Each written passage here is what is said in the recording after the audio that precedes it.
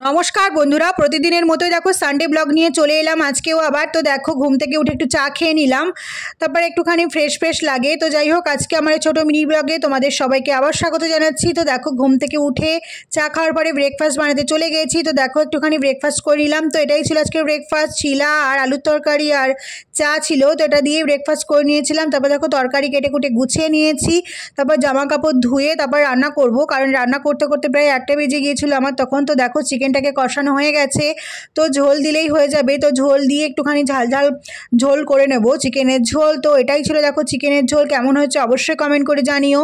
তারপরে দেখো আমার রান্না কমপ্লিট হয়ে গেছে। তো কী রান্না করেছি বলি। তো আজকে রান্না করেছিলাম সাদা ভাত, আর করেছিলাম বেগুন ভর্তা, আর করেছিলাম দেখো কুমড়ো পুঁই শাকের একটা তরকারি, আর করেছিলাম ছেলের জন্য আঝারা ঝোল চিকেনের, আর আমাদের জন্য ছিল ঝাল ঝাল লাল লাল ঝোল। তো কেমন হচ্ছে অবশ্যই কমেন্ট করে জানিও।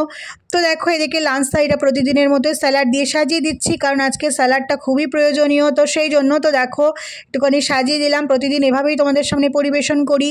তো লাঞ্চ থালিটা কেমন হয়েছে অবশ্যই কমেন্ট করে জানিও, কে কী খেলে সেটাও কমেন্ট করে জানিও। তো যাই হোক, এটাই ছিল আজকে লাঞ্চ থালি। তো লাঞ্চ খাওয়ার পর একটুখানি রেস্ট করে নেবো, কারণ আজকে ছেলেকে নিয়ে বেরোতে হবে বিকালবেলা। তো সেই জন্য তো দেখো এটাই লাঞ্চ খাওয়ার পর একটু রেস্ট করে নিয়েছিলাম। আর টমেটো আর এটাও ছিল, পাঁপড়ও ছিল, কারণ এটা খেতে ভালোই লাগে লাস্টে খাওয়ার পরে। তো যাই হোক দেখো এদিকে রেস্ট করার পরে ছেলেকে নিয়ে আবার বেরিয়ে যাচ্ছি, কারণ আঁকতে নিয়ে যাবো ওকে, কারণ আজকে ওর আঁকা থাকে রবিবার। তো দেখো ওকে আঁকতে দিয়ে আমি একটা জায়গায় যাবো। ওর এদিকে আপ ট্রেন প্রচণ্ড আসছে, কিন্তু ডাউন ট্রেনের কোনো পাত্তা নেই, দাঁড়িয়েই আছি। তো যাই হোক এলো, তারপরে উঠে চলে গেলাম। তারপর দেখো বাড়িতেও চলে এসেছি।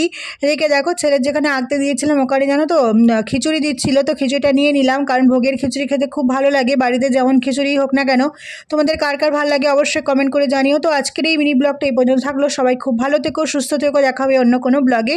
শুভরাত্রি।